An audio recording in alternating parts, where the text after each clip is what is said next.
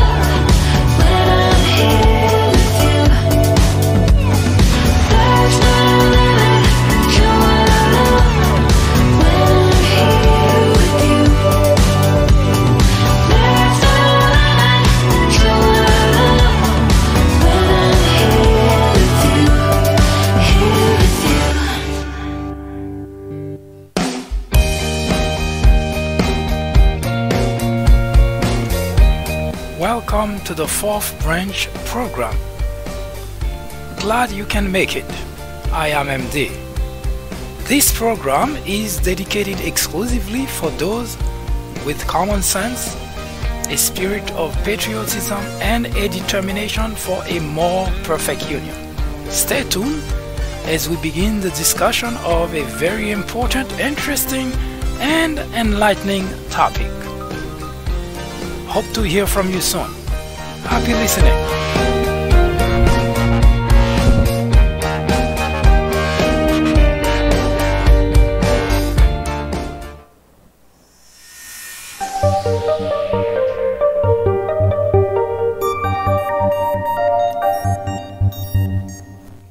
Hello everyone, I am MD and this is the Fourth Branch program. Welcome. As we continue the discussions of race relations in America, beyond slavery, beyond the civil rights, beyond the voting rights, in order to expose the subtle and the not so subtle practice of racism in the country, we will also begin a series in which we will make a case for the impeachment of Donald Trump. Abraham Lincoln said, "You can fool all the people some of the time, some of the people all the time, but you cannot fool all the people all the time." It is probably true. But as we walking towards the third year of Donald Trump as president, 45th president of the United States, it's becoming clearer and clearer every day that there is a sector of the population, call it 40%, 37%, whatever the percentage is of the population, but it seems more and more obvious that it does not matter how much damage that Donald Trump has done to the country. It does not matter that he is incompetent. It does not matter that he is not fit to be president. It does not matter at all. That percentage of the population will stick with him no matter what. Of course, pundit, political analysts, journalists, reporters, everyone bring forth their opinion as to why that is. Why is it possible that you have so many people, millions of them, unable to make a decision about what to do, even in the face of blatant disregard for the Constitution, blatant disregard for the rule of law? Now, since I've begun this program, I have been labeling those who seem to be incapable of making that type of judgment ignorant. Needless to point out that I have had a share of pushback and insult from those individuals and also from others who don't think it's a good idea to label people any kind of name. Ironic, isn't it? Those are the very individuals who line up behind Donald Trump just because he is the way he is. He label people of any sort of name. And yet they don't have any problem with that. I wonder. I digress. So today, we will tackle the problem head on. We can call the devil by any name, but the devil will always be the devil. So, in order to solve this problem, and it is a problem, it is a crisis for the country. And as I begin the discussion, or continue rather, the discussion on race relation, I will bring forth a time in history during which we had a similar situation. And when that type of situation presents itself to the country, it is up to the rest of us to do something about it. Because as it stands, those who are completely deprived of understanding, knowledge, or even ability to make a decision about their lives, the task falls on our shoulders to redress the problem the country is facing at this point. I'll be right back. In 1996, a small network by the name of Fox News was launched with just 17 million viewers. Today, with over 100 million people watching regularly, Fox has become the greatest threat to our democracy, constantly bombarding the airwaves with false information, distortion of facts, and outright lies presented to its audience as news. Fox has created an army of blissful ignorance. According to a survey, 82% of Fox viewers are ignorant of facts and the truth. To keep millions of people in ignorance not only prevents democracy from flourishing, but it also clears the path to authoritarianism, to dictatorship. Martin Luther King Jr. said, "Nothing in all the world is more dangerous than sincere ignorance and conscientious stupidity."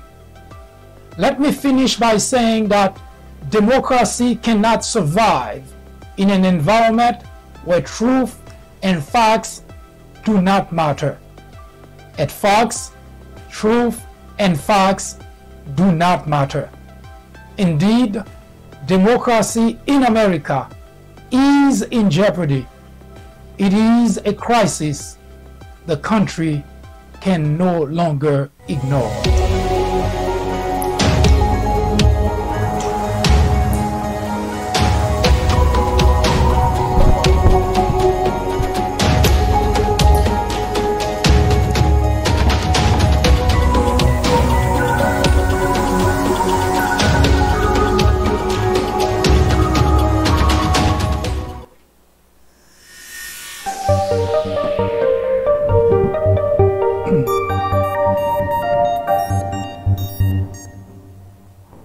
Welcome to Race Relation topic.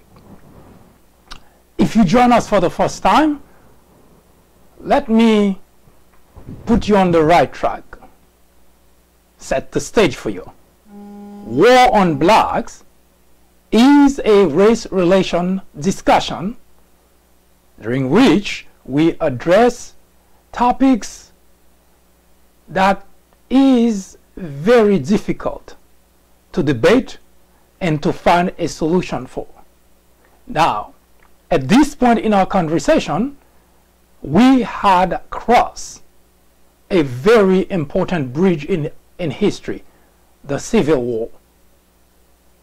But in order for you to understand where we're going with this conversation, first, we have to establish, to put a few things in play. In order to solve any problem, we have to have three important factors. One, the problem has to be acknowledged, identified, so to speak. The problem has to be understood, and the concerned parties have to be engaged, whether it's conversation, take remedy, or whatever the case is. And I always take the example of the outbreak of Ebola a few years ago. First, it wasn't really that difficult for the whole world to acknowledge the problem. There was an outbreak, and everybody knew that. There was no need for convincing. And the problem has to be understood. You may recall that there was a race in the scientific community to find a cure. Now, why? That's what the news reported, to find a cure, but the problem was not to find a cure, but to understand the problem in order to create a solution. because without an understanding of how the disease acquired, evolved, and so on, scientists, no matter how good they are, cannot provide any solution. Now, the same principle, the same idea must be embraced in our journey to eradicate racism and discrimination in America. First, the problem has to be acknowledged. And throughout the past few weeks or even months, we have been talking about the period of slavery during which we expose a number of factors, a number of events, a number of incidents that should give some understanding as to the dynamic, the interaction between those two races. Now, before I continue, I would strongly encourage you to visit the People Branch YouTube channel. In the People Branch YouTube channel, you'll find that there are a number of episodes that we have already archived there that talk about this particular topic, which is obviously race relation. But in order to understand where we're going with that, we also took a trip back to slavery, and we had discussed not slavery but aspect of slavery that will eventually help us understand why here today in America, mid 21st century, racism, discrimination still rampant.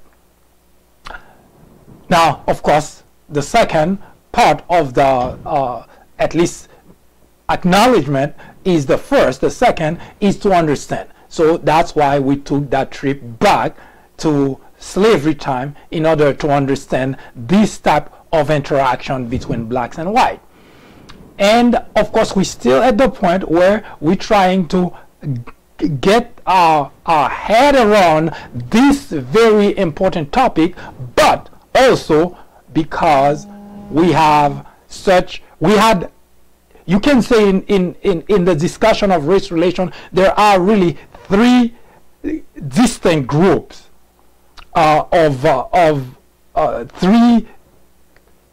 three parties involved, and that makes it even all the more difficult. Now, whites, you could say it's blacks and whites, but it's not really that simple. It's not really that straightforward, because even since this during the period of slavery, whites were always divided between those who wanted slavery around, pro-slavery, and those who were fighting to put an end to slavery.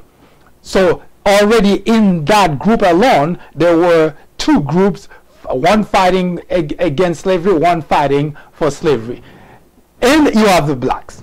Now, that creates a very, very difficult dynamic, a very difficult type of interaction, because there is no way for any black individual to meet a white person and determine that that person is racist or that person is not. Which brings me to the important part of this conversation that we have acknowledged way ahead of time since the beginning of this program, and we have been repeating that every single opportunity we have, that there are two groups of whites.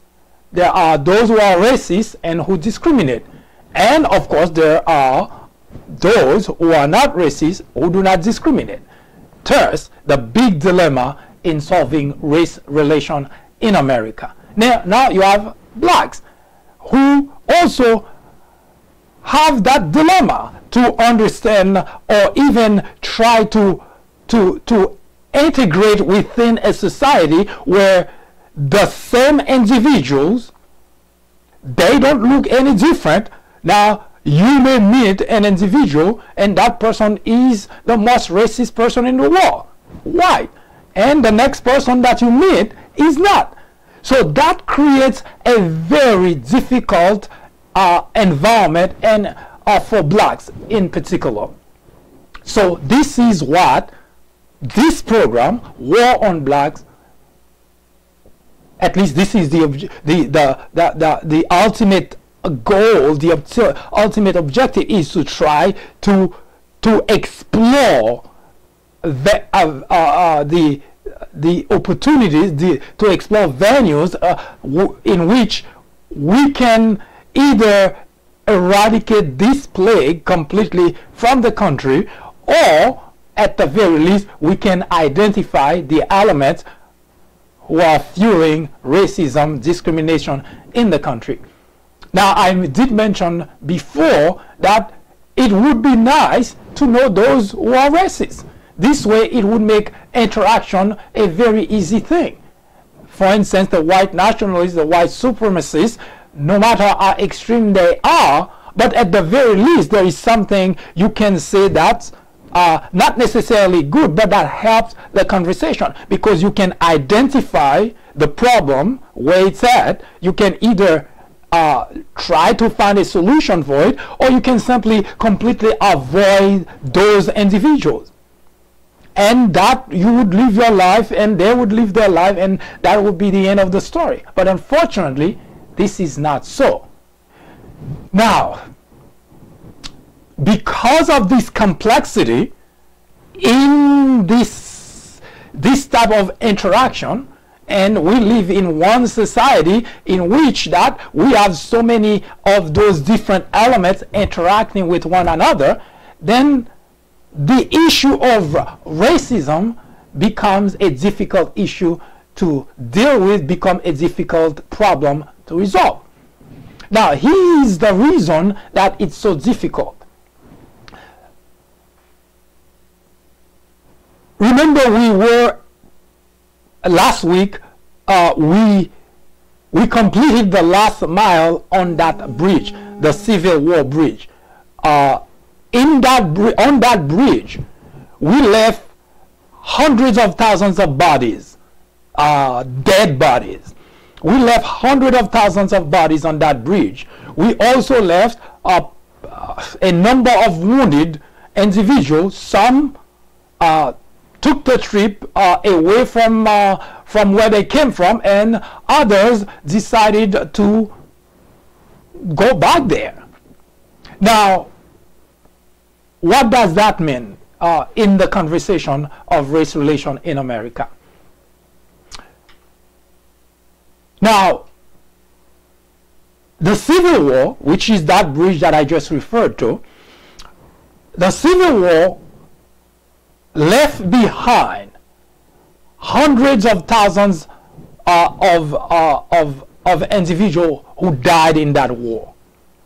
And the Civil War was for no other reason but to keep a group that wanted to keep slavery around, and of course the other side that wanted to put an end to slavery. And every time I get there, I always say, pause for a moment and think about this very problem that we had.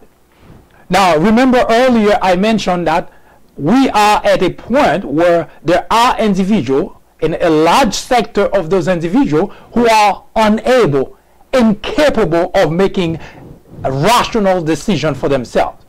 And by that, I don't mean because they didn't go to school. I don't mean because they, when I use the word ignorant in my conversation, I do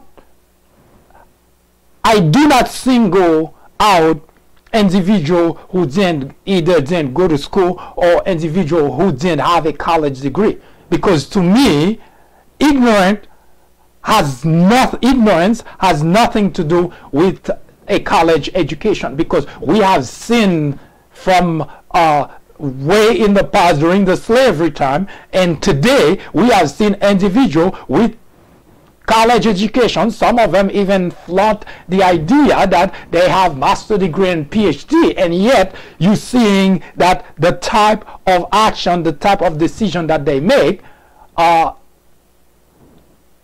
pretty questionable as to why they spend that money going to college. Now, that's a story for another day. But if you think about it for just one moment, you pause, because when you're talking about a problem, in order to really get, in order to come up with a solution, you have to really understand the roots. And by the roots, I don't know the superficial aspect of what slavery was about, because there are hundreds, thousands of books written about the period of slavery, the Civil War, and you can read all about it. But there is one aspect of the conversation that stays constant. Slavery. Whites, millions of them, wanted to keep black slaves. And on one side, that is, and on the other side you had whites, millions of those as well, who were disgusted by the practice and who also put their lives on the line to put an end to slavery. There you have it. There is America. Now, if you pause for a moment and take a look at those who put their lives on the line in order to keep slavery around. Now, if you think about it for just a moment and try to understand their state of mind and try to understand exactly how smart those people were. Now, you can come with any kind of, you can put any spin in it and say, well, the slave helped their economy, the slave this, the slave that, the slave other. Well, if you go in that route in order to explain evil, then you can have the same argument for those who do human trafficking. Because the very point of human trafficking is because it helps the economy of those individuals. It helps increase their finances. So the idea that people, I heard people coming and try to explain away why whites in the South fought so hard to keep slavery around, and as if those explanations were good enough to justify what they were doing, then they have no business today fighting against human trafficking, fighting against prostitution, because if you look at it through the prism of economics, then yes, those very individuals today that we're talking about doing all those bad things, through the prism, through the economic prism, they doing what? Helping their finances, that helping their financial status. So no, you cannot explain evil, you cannot excuse evil, you cannot condone evil just because, well, evil is evil. There is no way around it. The whites who fought, who put their lives on the line to fight the Civil War in order to keep slaves around, they were monsters, and they do not deserve any recognition in our life, in our history. Because there is nothing that they did that was good, that need to be remembered, that need to be celebrated. For those who want to continue to do that, at least it gives us an idea who those people are. We can start classifying, categorizing those people and start understanding who the racists, the whites that is, who the racists are, who the bigots are, and what are the state of mind that they have. Because it is necessary to understand the problem in order to solve the problem. So there is no argument as to what those individuals did causing, triggering the Civil War in the country. There is no celebrating that there were good strategies, there were good general and so on, because they do not have a place to celebrate them, no matter how the individual who think they are heroes, no matter how they think about those people. Because what they were fighting for was pure evil, inhuman, disgusting. Now, slavery is over. And we say that we crossed that bridge, we walked the last mile on that bridge, and we say slavery is over. At least so we thought. And as we continue this conversation, I'm going to show you that what today is construed as progress. Because if you look at it through the prism of slavery, if you look at it through the prism of how blacks have been treated in the country since they were brought in, then yes, relatively speaking, you can say, yes, there is progress. And that is a grand illusion, especially for blacks in general, because they buy into the idea that there is progress as well. Now, don't get me wrong, we're gonna walk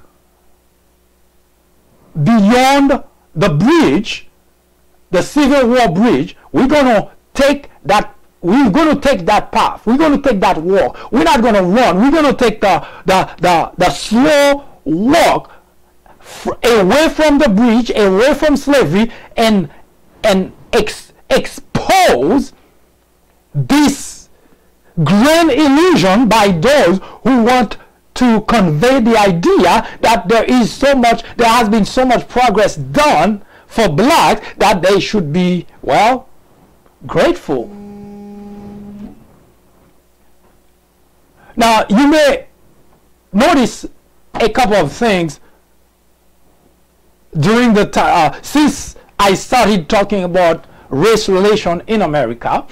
One, I refer to blacks as blacks, not African American, not people of color, blacks. In fact, I hate those expressions because I know why those expressions exist. Blacks in general try to soften the idea of labeling the race, because blacks maybe doesn't sound too good for them. But the idea of trying to use different expression to refer to blacks, to me, is preposterous. Let's call blacks blacks.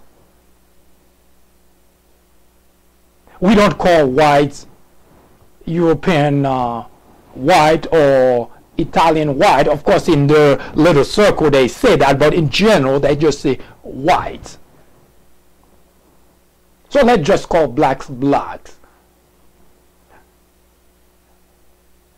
Now, what has been happening beyond slavery, and I really hope that especially those who are connected with slavery, and by connected I mean you are descendant of slave owners. Yes, black or white, not a single individual who is alive today was during slavery, even after slavery was completely banned. So we acknowledge that's the case. But as we walk, leaving the bridge behind, we're going to show you that whites who are connected to slave owners, who are descendants of slave owners, they are not in any position to wash their hands of the predicament blacks are in today. And blacks who seem not to know history, because I've already got an earful of some of those who are not connected with history, who do not understand, who do not feel impacted or affected by that predicament, slavery, in the country, so they feel, let's just move on, let's just leave everything behind and let's just move on with life. In fact, I remember one time that Bill Cosby made a statement about blacks, and that really got under my skin because of the fact that I always hate the idea, especially of blacks who do not have any understanding or idea as to how we get to where we at and what we are going through as a race. You may have followed Obama as president of the United States, and you, if you weren't blind, you would have seen that the treatment that he got as president of the United States was outrageous. We're not talking about treatment of different party fighting against another administration. We're talking about the type of treatment he got as a black individual president of the United States. If you remember, on his first State of the Union address, in the chamber where everybody was gathered, and nationwide everybody was in front of their TV watching the first address by the first black president, one white individual from South Carolina stood in the back of the room and screamed, "You lie." They would have never done any such thing if the president in question was white. We know that because we had 43 presidents before Obama, and they had done some pretty outrageous thing. They had lied. I wrote an article a few weeks ago about Ronald Reagan himself, who actually did something extremely outrageous even before he was sworn in.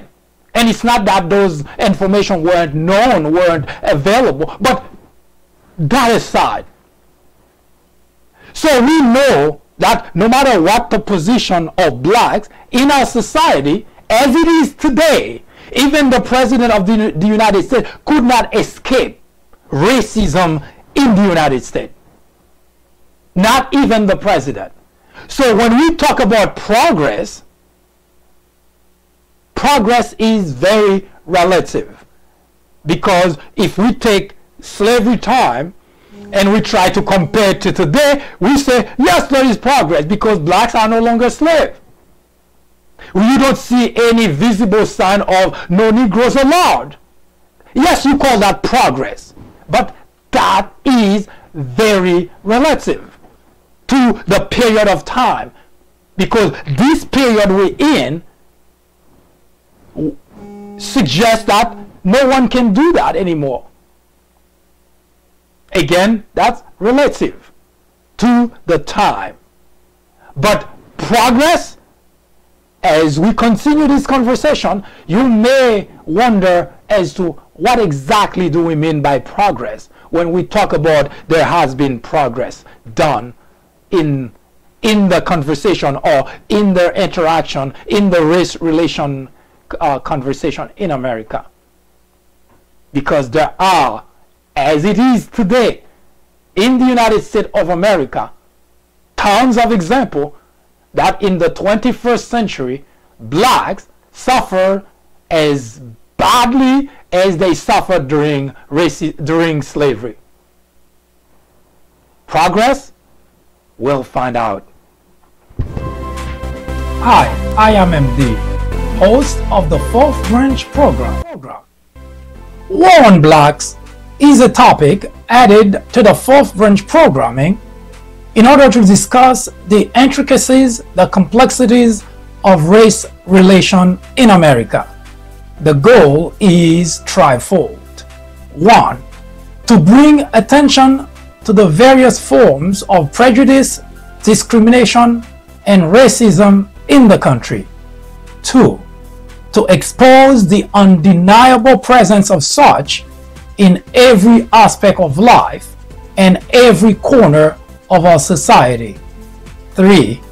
To extricate us all from the ignorance, the indifference, or the complicity. The ultimate objective is to make the discussions of those issues, racism, prejudice, discrimination, a normal part of our lives. Then, and only then, will we as a society be able to eradicate the problem. Martin Luther King Jr. said, "Nothing in all the world is more dangerous than sincere ignorance and conscientious stupidity." Abraham Joshua Heschel exclaimed, "Racism is man's gravest threat to man, the maximum of hatred for the minimum of reason." Join me in the journey to restore equality. Or would you please get out of the way? Thank you.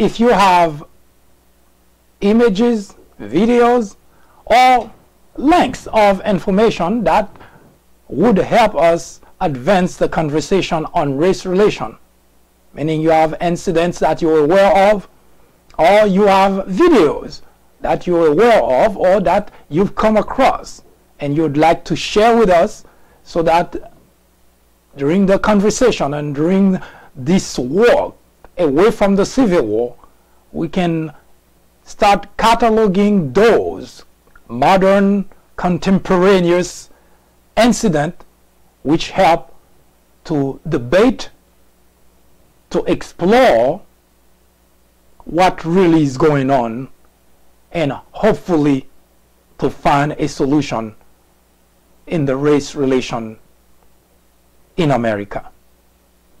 I'll be right back.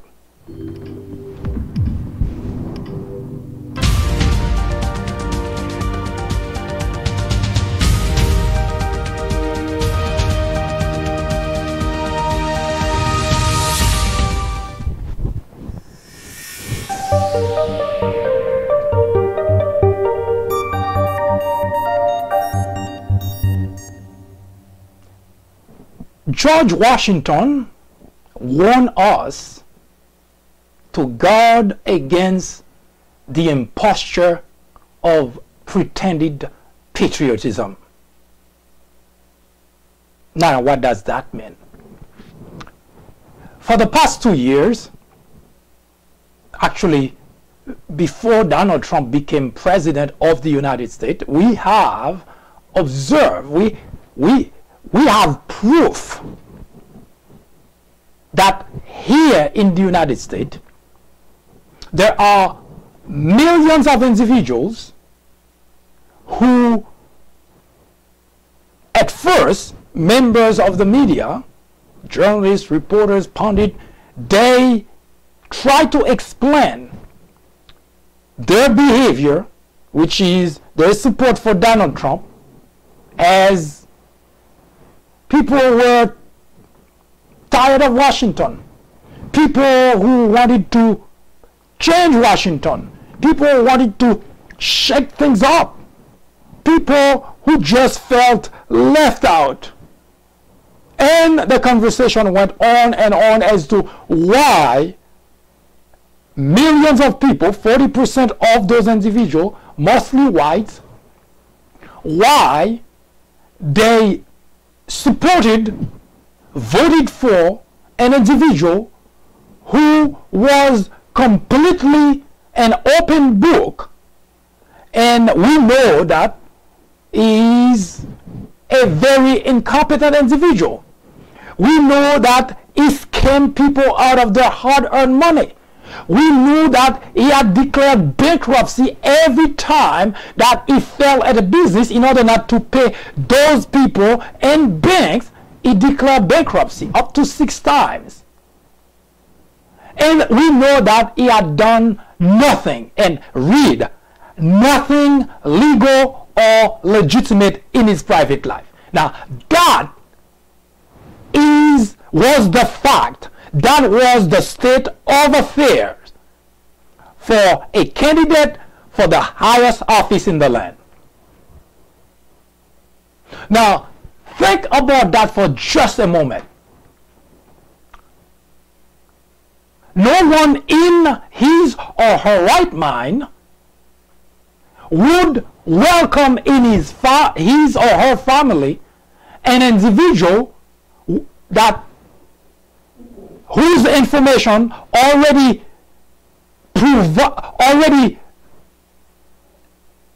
suggests that individual is going to be a no good individual. You would not want that individual in your family. No one would. No one in his or her right mind. Because if you did not know, you did not know.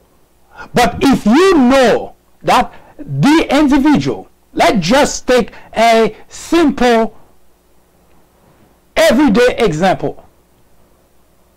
If you have a child, a daughter, and that individual happened to bring home someone, and you find out, however you did, you found out that that individual is a no good individual. He's a scammer.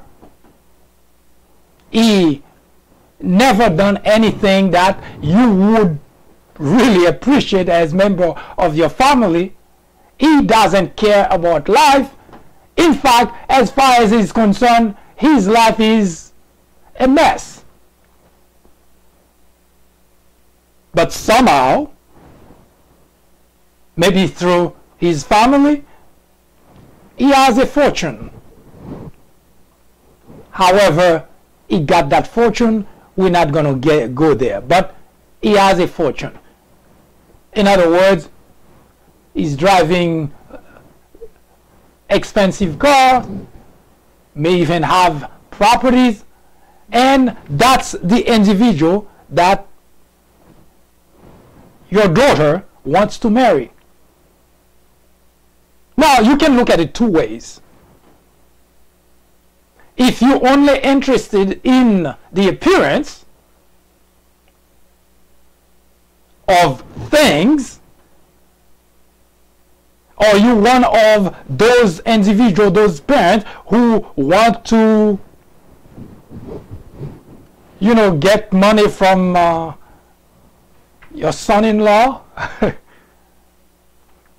then you may open your door and say, welcome. But you already found out that that guy that has the appearance of a successful individual didn't do anything legitimate or legal. Everything that he has is flashing, his luxury car, the place that he lives, all that was acquired in very suspicious activities. Now, you may decide to go along with it, and that's what we have with Donald Trump. Because there was nothing about Donald Trump that we did not know before Donald Trump became president. We knew that he never did anything legal or legitimate in his private life. We knew ahead of time that he defrauded people, businesses. We knew that. That was part of his life. That was his life. That's the way he lived. He scammed people. He conned people.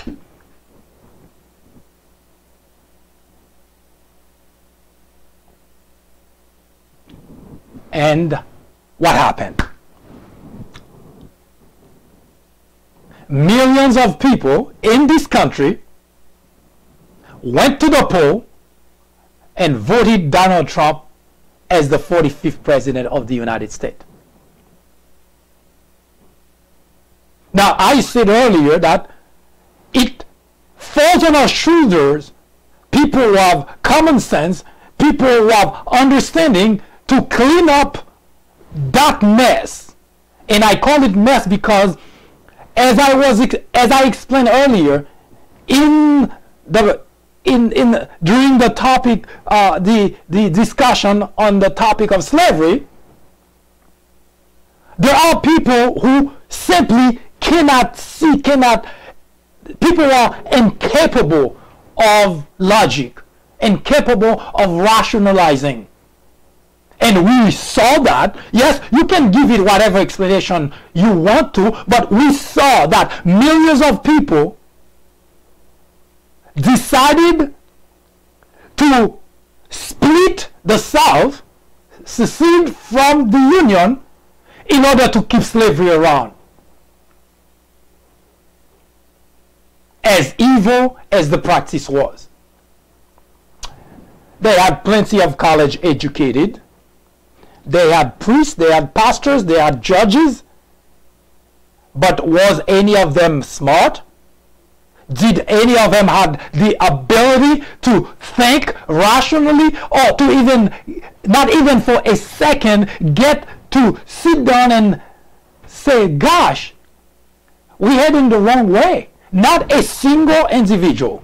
That's why the Civil War happened. Because on that side, the pro-slavery side, there were not a single individual who thought we were doing the wrong thing. Instead, they geared up for war. We are today again at that juncture in our history, that we again have millions of people who are incapable of reason, who are incapable of logic. And there is no reason to go around the conversation and try not to spare their feelings. There is no feeling to spare. Because when the country is at stake, the United States of America is at stake. There is no if and but about it. There is no going around it. We have millions of individuals led by places like Fox, Rush, and Coulter, those individuals who cannot rationalize, who cannot think logically. And they're the one leading the country down a path that is not good for us and for them. And we have to recognize that, and we have to take matters in our hands. Because during slavery time, we had a similar predicament. There were millions of people who could not make the right decision. They just couldn't.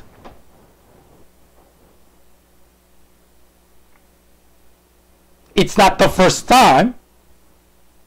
Now, I always try to imagine for a second that those people were to win the Civil War. Just imagine that for a second.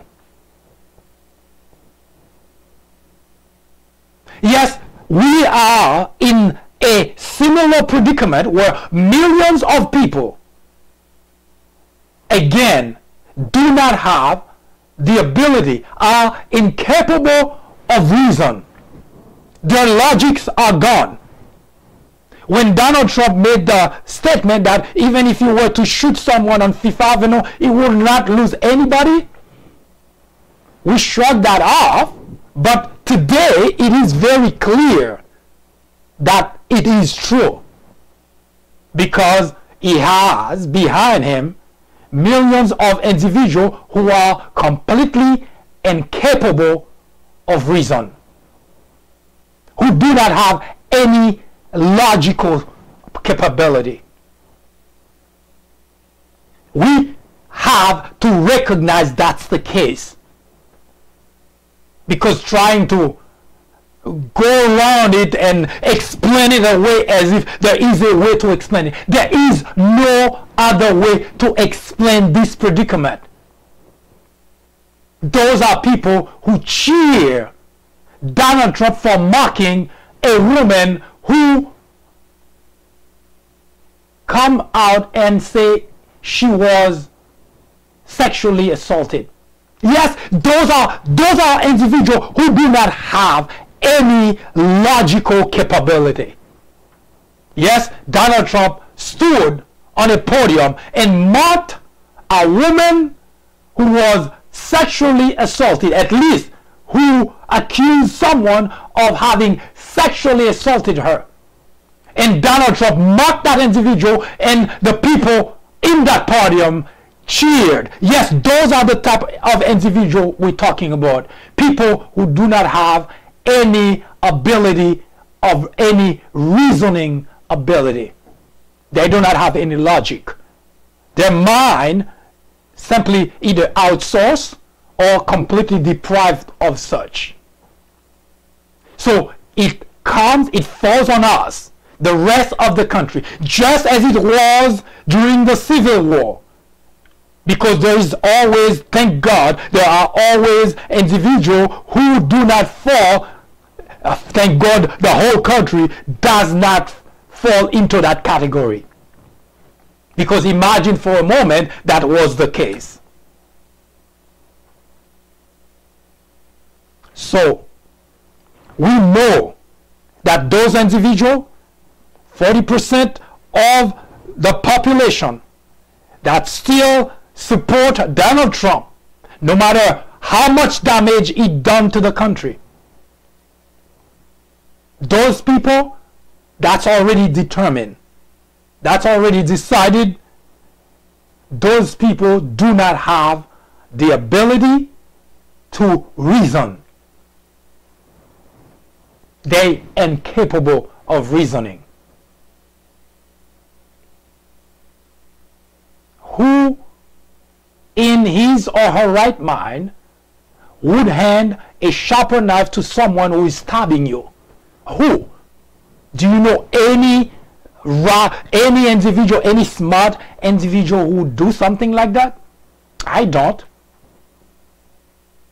Hand a sharper knife to someone stabbing you. And that's what Donald Trump is doing to the United States of America.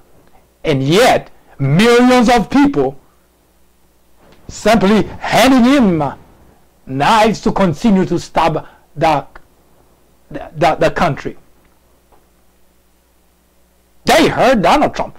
In fact, during a conversation about the $1.5 trillion tax cut, that someone brought to his attention that this debt added to the national debt, this money added to the national debt, our kids, our grandkids would have to pay for it. And Donald Trump responds, I'm not going to be around.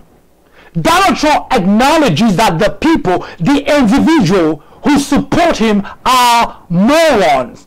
He already acknowledged that, because he's doing all the wrong things and still rely on them because they cannot reason. They're incapable of reason. But what makes the situation even dire is the fact that we have Republican legislators who relinquish their duty, their legislative duty, and continue to support Donald Trump publicly, but behind the scene they're complaining. So what the people see, what the Republican constituents see, is Republican supporting Donald Trump.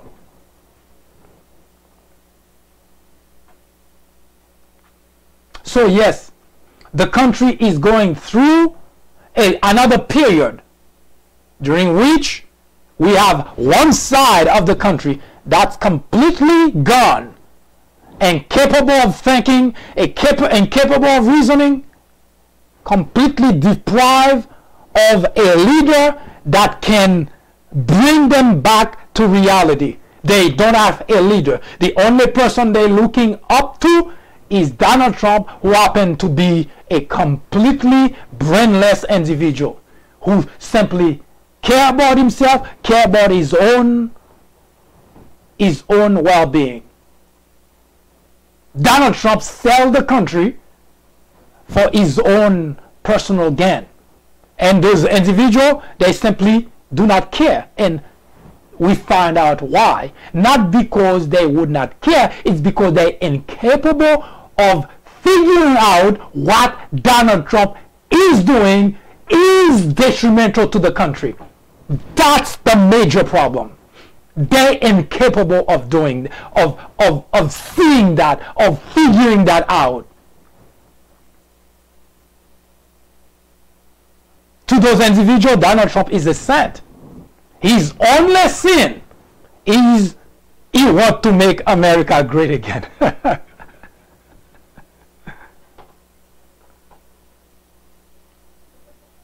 I didn't think I would live long enough to see so many individuals completely deprived of the intelligence of reason, of reasoning capability. I didn't think that was even possible.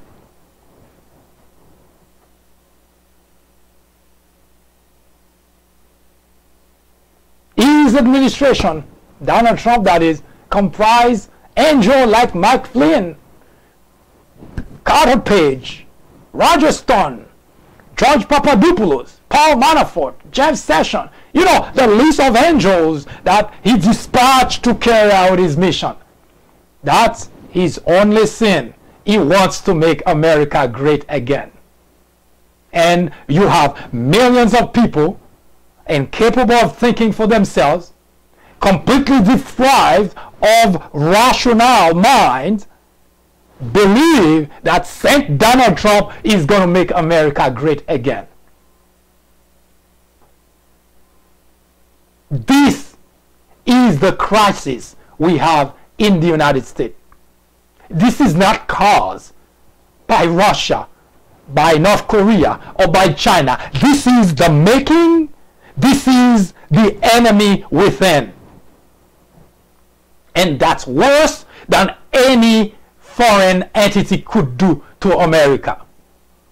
We have the individual thugs, Rush, the whole band bringing America down. And that, there is no missile, there is no weapon that Russia can possibly come up with that could destroy America the way that America is being destroyed today. No one could do it better than what we have. Millions of individuals completely deprived of the ability to think, of the ability to reason. Do they even have a brain?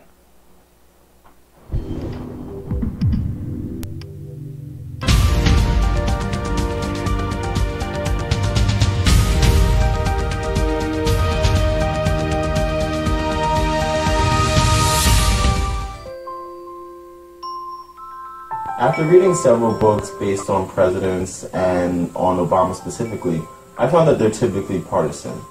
The Obama legacy targets the heart of the issue by giving credit to the president where it's due, but definitely coming down hard on Obama on his bigger failures, like his handling of the Syrian crisis. If you are in college, going to college, you are an educator, a faculty member, or someone with interest in government or politics, The Obama Legacy is definitely a book to read. My professor recommended The Obama Legacy. A friend actually recommended The Obama Legacy. I would highly recommend this book for anyone, whether for academic use or leisure reading. I would recommend this book to anyone out there searching for an impartial and unbiased look into Barack Obama's tenure as president. I would definitely recommend this book as a good read for both liberals and conservatives.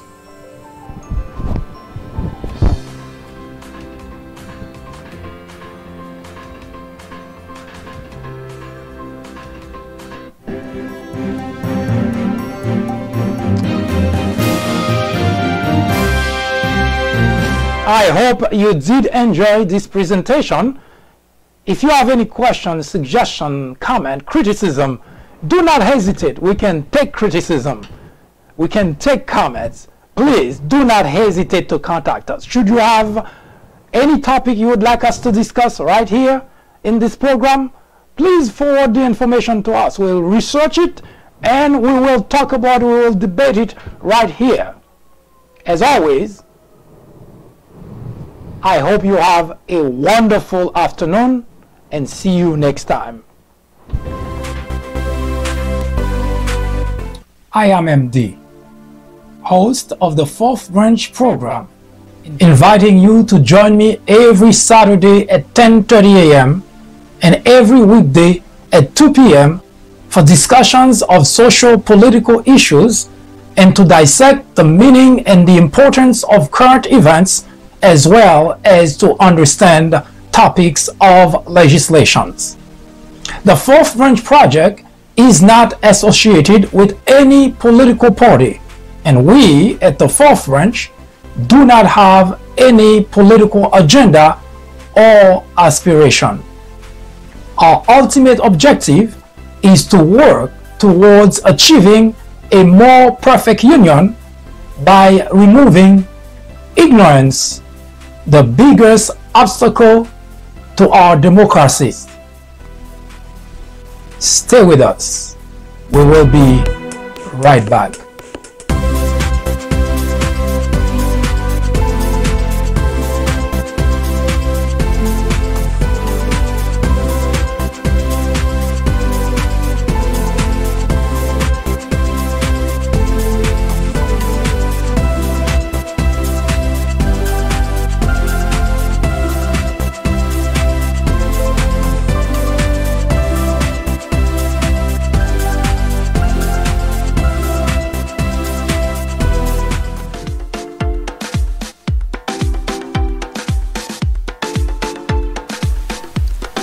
The Fourth Branch Podcast is brought to you in collaboration with the People Branch publication, which can be found on the People Branch website, located at peoplebranch.org. That's peoplebranch.org. That's peoplebranch.org website, in which you will find a number of very interesting articles. My name is Mike Duchesne, MD for short. I hope you have a great afternoon or a great evening, whichever it happens to be. Hopefully you can join me again next time for another interesting episode of this podcast. That was the Fourth Branch, live from New York.